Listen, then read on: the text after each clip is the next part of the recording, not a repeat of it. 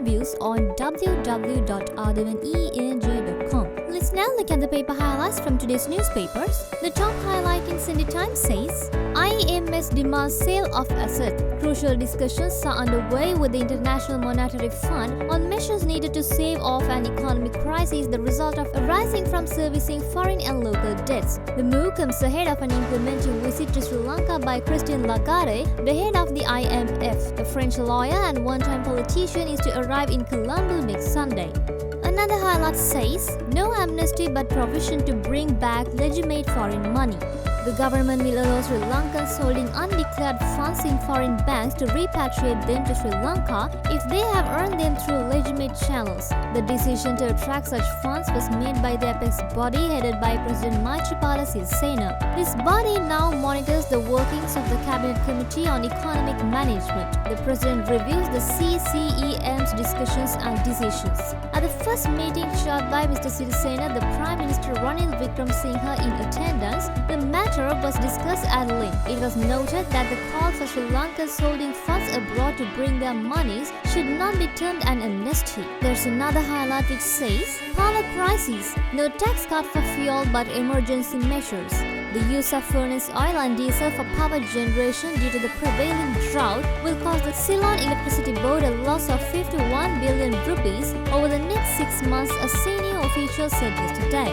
Power and Renewable Energy Ministry Secretary BMS Bhattakala told the Sunday Times this projection had prompted the CEB to request the Finance Ministry to remove the value-added tax and the customs duty on fuel. The request was made formally to Finance Minister Ravi Karnanayake at the recent meeting of the Cabinet Committee on Disaster Management. This is headed by President Maithripala Sirisena. And the highlight at the bottom says, illegal fishing. The Sunday Times invokes RTI law to get to the bottom. As many as 641 permits were issued to foreign fishing vessels between 2012 and 2015, despite warnings by the European Union that many of them were engaged in illegal fishing practices, which ultimately cost Sri Lanka a ban on exports, the first application by the Sunday Times under the new Right to Information Act has revealed.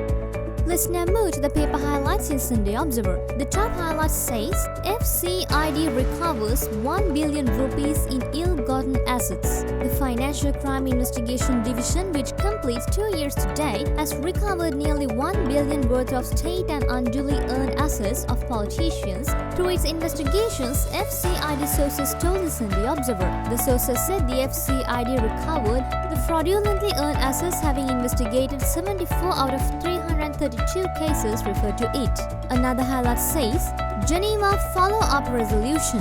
HRW calls for foreign involvement. In a letter to the permanent representatives of the Human Rights Council on Friday, Human Rights Watch has proposed key elements for a follow-up resolution on Sri Lanka, stressing the need to pursue foreign involvement in the four mechanisms of the country's transitional justice sector.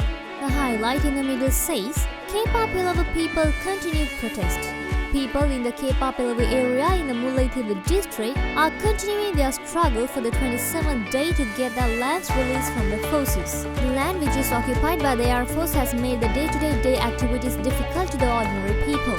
Over 350 persons belonging to 85 families have been affected due to this situation, and this group includes 54 school-going children who are between grades 1 to 12. And now let's look at the paper highlights in Ceylon today. The top highlight says, Mangala to urge 24-month extension.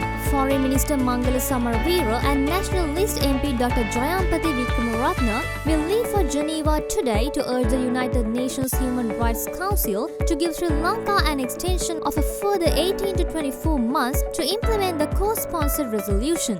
They will also call for financial support for the processes of this implementation. Reliable sources said the government, which is alleged to have not drafted an action plan for the US co-sponsored resolution, would face a fresh resolution sponsored by the core group processing Sri Lanka to implement the existing resolution with close international monitoring. There's another highlight which says, Kepatipola mansion in bad shape. The highlight in the middle says, Ragging, the ugly truth. There's another highlight which says, Katakuranda boat accident, a tragedy that could have been averted. And the highlight at the bottom says, A life well lived. That's all for today's newspaper highlights, and we'll get back to you with more news tomorrow. Thank you.